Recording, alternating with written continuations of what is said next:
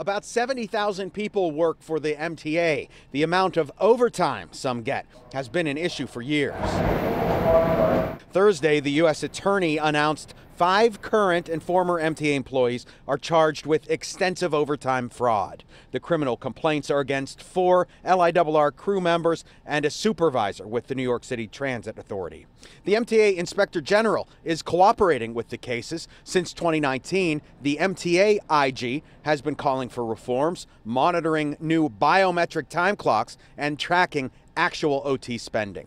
State Senator Todd Kaminsky says the MTA has to manage money and make a better system. But to know that money is going into a black hole, or even worse, into the pockets of fraudsters, is just maddening.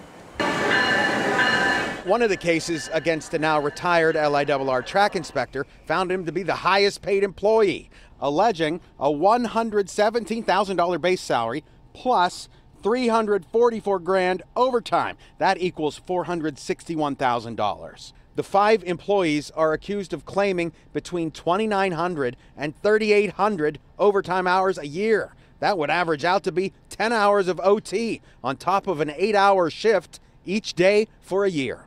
These charges come as the MTA faces an estimated $12 billion deficit, and its fare and toll increases are being considered.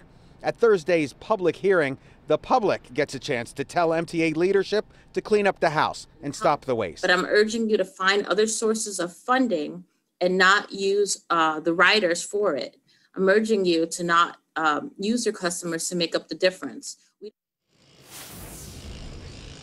The MTA says it has saved $100 million in overtime in 2019, on track to cut $1 billion in overtime over the next 5 years. Managers now have a dashboard where they can see almost in real time what overtime is being used.